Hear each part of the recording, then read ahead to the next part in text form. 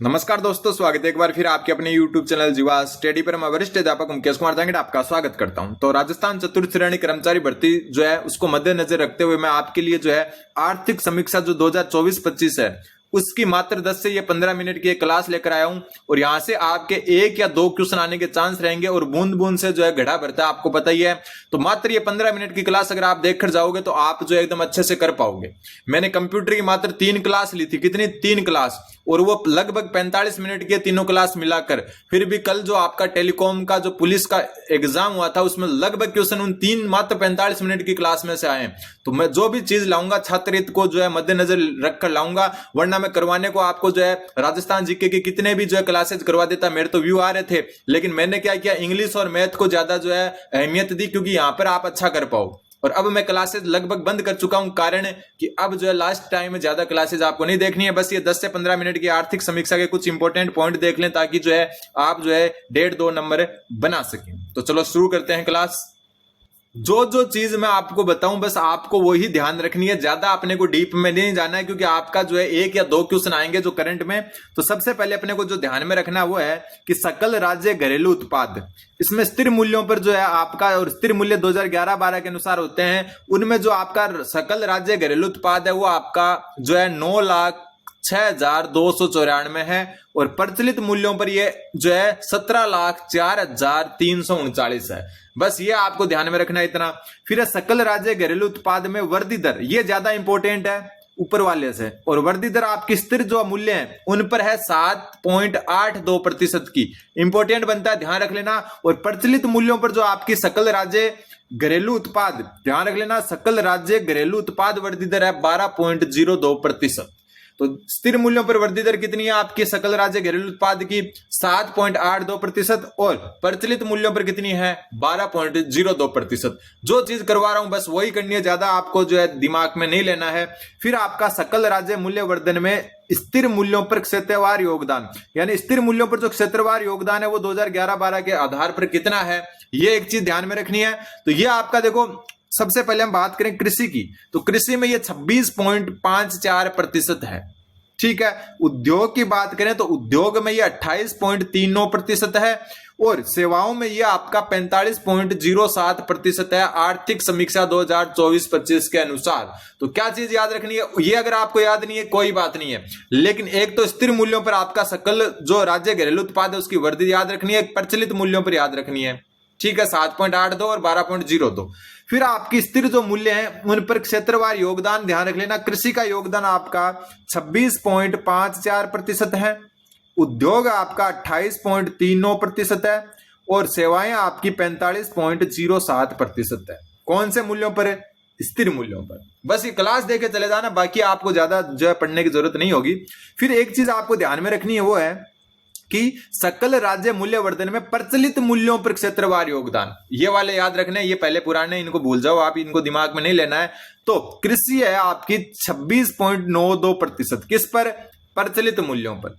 उद्योग है आपका 27.16%, और सेवाएं आपकी 45.92%, किस पर, प्रचलित मूल्यों पर। तो प्रचलित मूल्यों पर आपका जो है योगदान यह है, स्थिर मूल्यों पर यह है। तो ये दोनों चीज ध्यान में रखनी है कि ये सारे आंकड़े जो है आपको एक जगह नोट कर सकते हो कि प्रचलित मूल्यों पर कृषि का योगदान 26.29%, उद्योग का 27.16% और सेवाओं का 45.92%, ठीक है।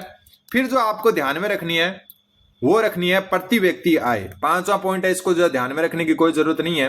प्रति व्यक्ति आय को ध्यान में रखना है। स्थिर मूल्यों पर प्रति व्यक्ति आय, ये सारे पुराने डेटा हैं, ये वाला 96,638। तो स्थिर मूल्यों पर प्रति व्यक्ति आय 96,638 रुपए है, और प्रचलित मूल्यों पर कितनी है, 1,85,053 रुपए जो है आपकी प्रति व्यक्ति आय है। तो क्वेश्चन बस जो मैं बता रहा हूं वहीं से बनेगा तो, वरना नहीं बनेगा, ठीक है। तो प्रति व्यक्ति आय में आपका स्थिर मूल्यों पर जो है 96,638 और प्रचलित मूल्यों पर ये 1,85,053 रुपए है। फिर देखते हैं कुछ और फैक्ट। फिर जो आपका एक फैक्ट ध्यान में रखना, जहां से क्वेश्चन कई बार बनता है, कुल खाद्यान्न उत्पादन, ये एक अनुमानित है, ठीक है। कुल खाद्यान्न उत्पादन आपका है 267.67, ठीक है। 267.67 267.67 आपका क्या है जो है, ये देखो ना, ध्यान रख लेना, लाख मेट्रिक टन में है। तो 267.67 लाख मेट्रिक टन कुल खाद्यान्न उत्पादन है आपका आर्थिक समीक्षा 2024-25 के अनुसार। औद्योगिक उत्पादन सूचकांक, और कई बार ये पूछ लेते हैं औद्योगिक उत्पादन सूचकांक है, उसका आधार वर्ष क्या है, तो ये ध्यान में रख लेना, इसका आधार वर्ष आपका 2011-12 है। तो औद्योगिक उत्पादन सूचकांक का आधार वर्ष 2011-12 है और ये आपका 157.31% है। अलग से नोट करते जाए क्या चीज है और क्या है, ऊपर बता दिया मैंने वो चीजें, प्लस में कुल खाद्यान्न उत्पादन ध्यान में रखना आपको 267.67, औद्योगिक उत्पादन सूचकांक है वो आपका 157.31% है और इसका आधार वर्ष भी ध्यान में रख लेना 2011-12, कई बार यहां से पूछ लेते हैं। फिर आपका थोक मूल्य सूचकांक, और थोक मूल्य सूचकांक का आधार वर्ष भी ध्यान में रख लेना 1999-2000। ये किसका आधार वर्ष है, क्वेश्चन कई बार आ जाता है कि थोक मूल्य सूचकांक का आधार वर्ष बताओ, तो 1999 से 2000, इसको करंट के रूप में पूछ लेते हैं कई बार। और ये जो है आपका कितना है 396.54, कितना 396.54 जो है आपका क्या है थोक मूल्य सूचकांक। ठीक है, फिर आता है आपका अधिष्ठापित ऊर्जा क्षमता, यहां से भी क्वेश्चन बनते आए हैं। और अधिष्ठापित ऊर्जा क्षमता जो है राजस्थान की वो है 26,325 मेगावाट। डेटा याद रख लेना, 26,325, कितनी 26,325। ठीक, फिर चलते हैं आगे। फिर एक थोड़ा अगर ज्यादा डीप जा सकता है वो जा सकते हैं ये 2020 वाले आंकड़े। ठीक है, ये नीचे वाले, अशोधित जन्म दर 23.5, अशोधित मृत्यु दर 5.6, शिशु मृत्यु दर 32। और यहां से जो अभी तक क्वेश्चन आया है ना वो आया यहां से, जन्म के समय जीवन प्रत्याशा, और जीवन प्रत्याशा जो है आयु वर्षों में बात करें तो अपन 69.4, यानी कि राजस्थान की जीवन प्रत्याशा आपकी 69.4 वर्ष है। ये बस ध्यान में रख लेना। यहां से हालांकि अभी क्वेश्चन नहीं आने के चांस कम है, लेकिन जन्म के समय जीवन प्रत्याशा ध्यान में रख लेना, राजस्थान की आपकी 69.4 वर्ष है। फिर चलते हैं और आगे। फिर बात आती है आपकी राजस्थान में सड़क की लंबाई के बारे में। राजस्थान में सड़क की लंबाई के प्रकार जो है वर्तमान के हिसाब से, क्योंकि आपके जो है अलग से परिवहन भी जो है टॉपिक है, जीके में भी और करंट में भी पूछ सकते हैं। ठीक है, राष्ट्रीय राजमार्गों की लंबाई जो है आपकी 10,790 किलोमीटर है। नोट कर ले अलग से, 2 पेज में पूरा नोट हो जाएगा। राज्य राजमार्ग है, इनकी लंबाई 17,376 किलोमीटर है। तो राष्ट्रीय राजमार्ग यानी कि नेशनल हाईवे NH वो है आपके 10,790 किलोमीटर, और राज्य राजमार्ग यानी कि स्टेट हाईवेज है आपके 17,376 किलोमीटर। प्रमुख जो जिला सड़कें उनकी लंबाई है 14,372 किलोमीटर, कितनी 14,372 किलोमीटर। अन्य जो जिला सड़कें वो है 68,265 किलोमीटर की, और ग्रामीण सड़कें हैं 2,06,318 किलोमीटर की, और सड़कों की कुल लंबाई है 3,17,121 किलोमीटर। नोट करने योग्य है, कारण कि आपके करंट में भी पूछ सकते हैं आर्थिक समीक्षा के हिसाब से, और आपका जो परिवहन टॉपिक है अलग से जो आपके राजस्थान जीके में है वहां भी ये पूछ सकते हैं। तो राष्ट्रीय राजमार्ग 10,790, पूरा का पूरा डेटा ध्यान रख लेना, क्योंकि ऑप्शन क्लोज आ सकते हैं कि 10,000 में 2 ऑप्शन आ जाए, फिर क्या करोगे। राज्य राजमार्ग 17,376, प्रमुख जिला सड़कें वो 14,372, अन्य जिला सड़कें वो जो 68,265, और ग्रामीण सड़कें आपकी 2,06,318 किलोमीटर है, और टोटल सड़कों की लंबाई 3,17,121 किलोमीटर है। फिर जो आपका आ जाता है वो आ जाता है राजस्थान से निर्यात। राजस्थान से निर्यात, इसमें आपको ये आंकड़े ध्यान नहीं रख लेना। राजस्थान में सबसे ज्यादा निर्यात होता है आपका हस्तशिल्प, बस ये ध्यान में रख लेना। राजस्थान में सबसे ज्यादा हस्तशिल्प क्या होता है, निर्यात होता है। तो ये बस आपको आंकड़े ध्यान नहीं रखना, सिर्फ हस्तशिल्प जो है वो सबसे ज्यादा निर्यात होती है राजस्थान से। दूसरे नंबर पर आता है संगमरमर का पत्थर, यानी कि मार्बल, ग्रेनाइट वगैरह जो है दूसरे नंबर पर आते हैं। ठीक है, बस इतना ही ध्यान रखना यहां से। फिर चलते हैं और आगे। एक चीज जो आपको और मैं बताना चाहूंगा वो ये कि सकल घरेलू उत्पाद अनुमानों में ऋणात्मक वृद्धि कब हुई थी, यानी कि ऋणात्मक वृद्धि आपकी हुई थी जो है वित्त वर्ष 2020-21 में। तो इसको एक अलग से याद कर सकते हैं, ऋणात्मक वृद्धि कब हुई, 2020-21 आपका जो वित्त वर्ष था उसमें। और एक चीज यहां से ये आपको याद रखनी है, वो मैं और बता देता हूं कि शीर्ष 5 जिलों का सकल जिला घरेलू उत्पाद, तो अपने को 5 याद नहीं रखने। सकल जिला घरेलू उत्पाद जो है कौन से में ज्यादा है, तो दोनों में जयपुर है। यानी कि आपका प्रचलित कीमतों पर भी जयपुर 1 नंबर है और आपका स्थिर कीमतों पर भी जयपुर 1 नंबर है। तो ये आपको ध्यान में रखना, जिला घरेलू उत्पाद में जयपुर दोनों में 1 नंबर पर है, चाहे प्रचलित हो या स्थिर। लेकिन बात अगर हम प्रति व्यक्ति आय की करें तो प्रचलित कीमतों पर प्रति व्यक्ति आय जो है उसमें अलवर 1 नंबर पर है, ध्यान में रख लेना। और स्थिर कीमतों पर जो प्रति व्यक्ति आय है उसमें भी अलवर 1 नंबर पर है। यहां पर अलवर 1 नंबर पर है, ध्यान रखना, जयपुर नहीं है। जयपुर किसमें है, सकल घरेलू जो जिला उत्पाद है उसमें। अगला जो है आपका, अब जो है सबसे इंपॉर्टेंट चीज मैं बताने जा रहा हूं आपको, मोस्ट इंपॉर्टेंट, यहां से क्वेश्चन एक पक्का उठ सकता है। कृषि क्षेत्र, इसके बारे में मैं पहले बता चुका, लेकिन कृषि क्षेत्र में किसका जो योगदान सबसे ज्यादा है, तो ध्यान में रख लेना पशुधन का। किसका, पशुधन का। कृषि क्षेत्र में सर्वाधिक योगदान पशुधन का। क्वेश्चन बनेगा, इंपॉर्टेंट क्वेश्चन बन जाता है कि राजस्थान के आर्थिक विकास, जो आर्थिक समीक्षा के अनुसार कृषि क्षेत्र के किस उपक्षेत्र का योगदान सर्वाधिक है, तो कृषि में भी सबसे ज्यादा किसका है, आपका पशुधन का। और पशुधन में भी सबसे ज्यादा है दूध का।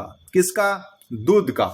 बात अगर उद्योग क्षेत्र की आ जाए कि उद्योग क्षेत्र में सबसे बड़ा योगदान किसका है, तो विनिर्माण का। किसका, विनिर्माण का। उद्योग क्षेत्र में सबसे ज्यादा योगदान विनिर्माण का है। सेवा क्षेत्र की बात करें तो सेवा क्षेत्र में सबसे जो ज्यादा योगदान है आपका वो है व्यापार, होटल एवं मरम्मत और जलपान गृह का। हालांकि सेवा से कम चांस में पूछते हैं, उद्योग से पूछ लेंगे विनिर्माण कर देना, कृषि से पूछ ले तो पशुधन कर देना, और पशुधन में भी और पूछ ले तो दूध उत्तर कर देना। सबसे ज्यादा योगदान जो है किसका है। फिर चलते हैं थोड़ा और आगे। अब एक जो क्वेश्चन बनता है सबसे ज्यादा कि स्कीम वार परिवर्तित आय व जो है आपका परिव्यय का मदवार आवंटन, यानी सबसे ज्यादा खर्च कहां पर करता है, सबसे ज्यादा खर्च कहां किया जाता है पैसा, सबसे ज्यादा खर्च किया जाता है आपका इसमें। कौन से में, सामाजिक और सामुदायिक सेवाओं में सबसे ज्यादा खर्च होता है। सबसे ज्यादा खर्च, तो ये सबसे ज्यादा वे जो होता है वो कहां होता है, सामाजिक एवं सामुदायिक सेवाओं में। तो ये भी एक इंपॉर्टेंट चीज बनती है। बस इंपॉर्टेंट चीजें ही मैं बता रहा हूं। चैनल पर नहीं तो सब्सक्राइब कर देना आप, क्योंकि जब भी आपकी जो आपका पेपर होगा उसमें पेपर साथ में नहीं देंगे तो आपका जो एक मेमोरी आधारित जो पेपर होगा वो सबसे पहले जीवा स्टडी पर आपको मिलेगा। तो सामाजिक एवं सामुदायिक सेवाओं पर सबसे ज्यादा व्यय या खर्च किया जाता है राजस्थान सरकार द्वारा। यह भी एक ध्यान में आपको रखना है। फिर जो एक चीज बनती है आपकी, वो बनती है आपकी सौर ऊर्जा और पवन ऊर्जा से। तो राजस्थान की जो अधिष्ठापित कुल ऊर्जा क्षमता है उसमें पवन ऊर्जा की मात्रा जो है आपकी वो है 4414.12 मेगावाट। तो इसको अलग से ध्यान रख लेना। पवन ऊर्जा कितनी है, 4414.12 मेगावाट। और सौर ऊर्जा जिसमें कुसुम पीपीए के साथ जो है वो 5482.66 मेगावाट। तो सौर ऊर्जा और पवन ऊर्जा दोनों को अलग से भी याद करना है। कुल अधिष्ठापित को मैं पहले बता चुका, 26,325.19 जो है आपकी कुल अधिष्ठापित ऊर्जा क्षमता है। अब जो एक चीज यहां से क्वेश्चन बार बार आता है वो कि भू उपयोग सांख्यिकी 2023-24, यहां से क्वेश्चन आता है, वो ध्यान में रख लेना। शुद्ध बोया गया क्षेत्र, शुद्ध बोया गया जो क्षेत्रफल है आपका राजस्थान का वो है 53.10%। अभी सेकंड ग्रेड में ये करंट में क्वेश्चन आया है। तो शुद्ध बोया गया क्षेत्र ध्यान में रख लेना, ये रहा 53.10%। बंजर भूमि ये ध्यान में रख लेना, बंजर भूमि आपकी 10.26%, यानी कि कुल भूमि का 10.26% आपकी बंजर भूमि है। ठीक है। फिर बात करें अपन जो है वानिकी की, वानिकी आपकी 8.13% है कुल क्षेत्रफल का। ठीक है। यहां से दूसरी बात आती है चालू पड़त की। चालू पड़त जो भूमि है वो 5.05% है। बस इतनी चीजें आपको ध्यान में रख लेनी है। ये पांच चीजें मैंने बताई है। एक तो वानिकी देख लेना, भू सांख्यिकी उपयोग में वानिकी आपकी 8.13% है, बंजर भूमि 10.26% है, चालू पड़त भूमि 5.05% है और शुद्ध बोया गया क्षेत्रफल 53.10% है। क्वेश्चन बनेगा तो इन चार में से बनेगा, इसके अतिरिक्त बनने के चांस नहीं बनते। ज्यादा से ज्यादा अन्य जो है पड़त भूमि से बन सकता है वो 5.72% है। बाकी अगर बनेगा तो वानिकी पूछेंगे या शुद्ध बोया गया क्षेत्रफल या बंजर भूमि पूछेंगे। तो ये आपको जो आंकड़े ध्यान में रखने हैं। फिर आता है आपका आरएसएस बोर्ड का सबसे फेवरेट टॉपिक, राई और सरसों। राजस्थान का स्थान ध्यान में रख लेना, प्रथम है और कुल प्रतिशत जो है देश का वो 46.13% है। बाजरा में भी प्रथम स्थान है, 44.66%। ये प्रतिशत और ये स्थान दोनों ध्यान में रख लेना। कुल तिलहन यानी जिनसे तेल निकलता है, ऐसी फसलें जो कुल तिलहन है उसमें राजस्थान फर्स्ट नंबर पर है 22.68% के साथ। पोषक अनाज में भी राजस्थान फर्स्ट पर है, 15.66% पूरे भारत का जो है सिर्फ राजस्थान में होता है। गुआर राजस्थान में सबसे ज्यादा होता है और पूरे भारत का 90.36% गुआर सिर्फ राजस्थान में होता है। मूंगफली में आपका राजस्थान सेकंड नंबर पर है, ये अलग से ध्यान रख लेना। ऊपर वाले जो है इन सब में राजस्थान है फर्स्ट नंबर पर, इसमें राजस्थान सेकंड नंबर पर है और 18.76 जो है % मूंगफली जो है राजस्थान उत्पादित करता है पूरे भारत की। गुजरात इसमें नंबर 1 पर है। जवार, चना, कुल दलहन और सोयाबीन, इन चार में राजस्थान थर्ड पोजीशन पर है। ये रहा राजस्थान, ठीक है। तो फर्स्ट में राई, सरसों, बाजरा, कुल तिलहन, पोषक अनाज, गंवार। सेकंड नंबर है आपके मूंगफली में और बाकी सब में जो है आपका थर्ड नंबर पर है जवार, चना, कुल दलहन में। ये आप एकदम अच्छे से देख लेना और खास करके ऊपर जो फर्स्ट है ना उनका जो है प्रतिशत भी साथ में देख लेना। अब जो एक क्वेश्चन बनता है वो बनता है आपका पर्यटन से।